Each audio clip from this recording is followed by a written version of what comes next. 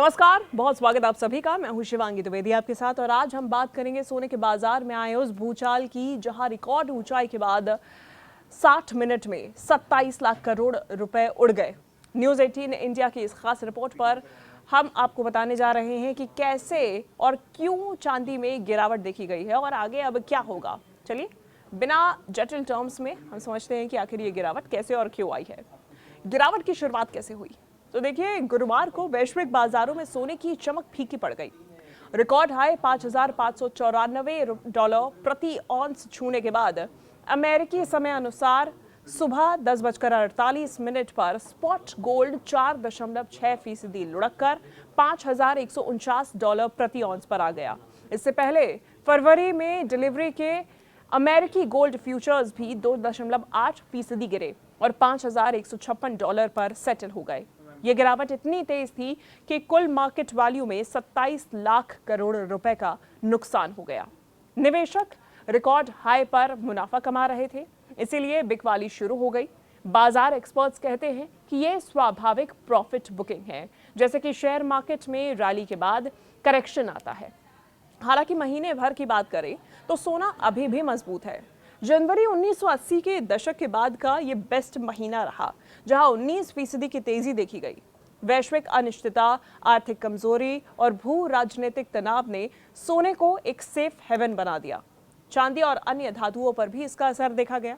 देखिए सोने के साथ चांदी भी डूबी। स्पॉट सिल्वर 6.6% गिरकर $108.84 प्रति ऑन्स पर पहुंच गई, जबकि पहले $121.64 का हाई छुआ था।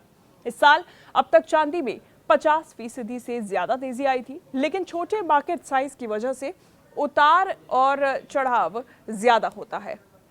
प्लैटिनम की कीमतें भी नीचे रहीं। देखिए $2,650 प्रति ऑन्स, जबकि सोमवार को $2,918 का रिकॉर्ड बनाया था।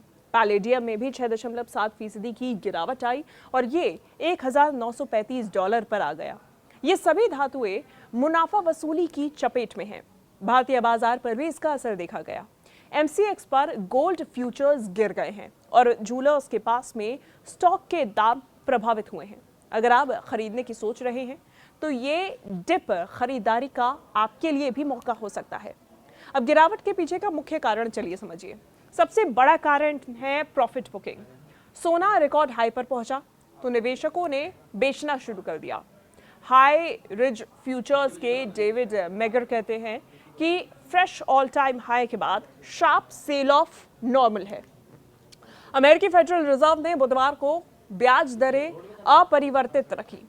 बाजार ट्रंप के नए फेड चेयरमैन की नियुक्ति का अब इंतजार कर रहा है, क्योंकि जेरोम पॉवेल का जो टर्म है वो मई में खत्म हो रहा है। जून में रेट कट की उम्मीद है, जो कि सोने को सपोर्ट कर सकती है। क्रिप्टो फर्म टेदर के CEO ने कहा कि वो अपना 10 से 15% जो निवेश है वो फिजिकल गोल्ड में लगाएंगे। SPDR गोल्ड ट्रस्ट होल्डिंग्स 4 साल के हाई पर है। AI स्टॉक्स जैसे कि NVIDIA, ओरेकल की गिरावट में भी रिस्क ऑफ सेंटिमेंट बढ़ गया है। अब भारतीय निवेशकों के लिए इसमें क्या है और इसका क्या मतलब है। देखिए भारत में सोना शादी, त्योहार और निवेश का प्रतीक है। ये गिरावट अच्छी खबर हो सकती है। सस्ते दाम पर आप इसको खरीदिए, ये आपके लिए अच्छा हो सकता है। लेकिन विदेश यात्रा पर सोना लाने के नियम सख्त हैं।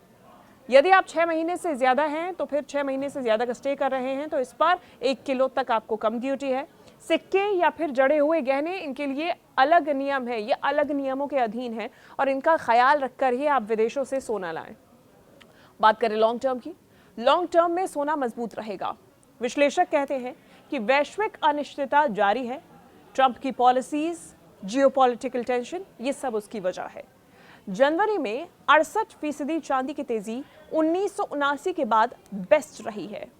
अब कुल मिला के धातु उसमें रिकॉर्ड हाई कितना रहा है US डॉलर्स प्रति ऑन्स के हिसाब से। गिरावट के बाद US डॉलर्स में उसकी कितनी कीमत है प्रति ऑन्स की, कितने फीसदी गिरावट हुई है, चलिए आपको वो समझाने की कोशिश करते हैं। बात करें सोने की तो $5,594 US डॉलर्स प्रति ऑन्स के हिसाब से ये बिक रहा था। अब 5,149.99 इसकी कीमत हो गई है US डॉलर्स प्रति ऑन्स, यानी कि 4.6% की गिरावट। चांदी 121.64 US डॉलर्स प्रति ऑन्स था, 108.8 US डॉलर्स प्रति ऑन्स हो चुका है, यानी कि 6.6% की गिरावट। ऐसे ही प्लैटिनम 2918.80 से 2650.15 US डॉलर्स प्रति ऑन्स हो चुका है, अप्रॉक्सीमेटली 9% की गिरावट। और पैलेडियम में 6.7% की गिरावट देखी गई है। अब आगे की क्या उम्मीद है? तो देखिए, विश्लेषक मानते हैं कि ये अस्थायी करेक्शन है। सोना लॉन्ग टर्म सेफ इन्वेस्टमेंट है और ऐसे में डिजिटल गोल्ड ETF या फिर सॉवरेन गोल्ड बॉन्ड आप आजमाएं। कम कॉस्ट है, ज्यादा लिक्विडिटी है और इसीलिए आपको इससे फायदा हो सकता है। अब आपके लिए कुछ टिप्स। देखिए, छोटे छोटे अमाउंट में SIP करें।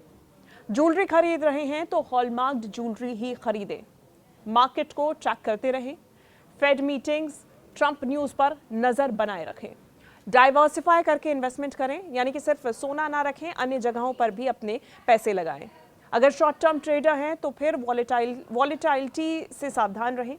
लॉन्ग टर्म होल्डर्स फिलहाल रिलैक्स कर सकते हैं क्योंकि उनके लिए ये फायदे का समय है। तो कुल मिला के देखिए, सोने का बुलबुला फूट चुका है, लेकिन ये निवेश की दुनिया का एक हिस्सा है। 27 लाख करोड़ गायब हुए, लेकिन महीने की तेजी अभी भी बरकरार है।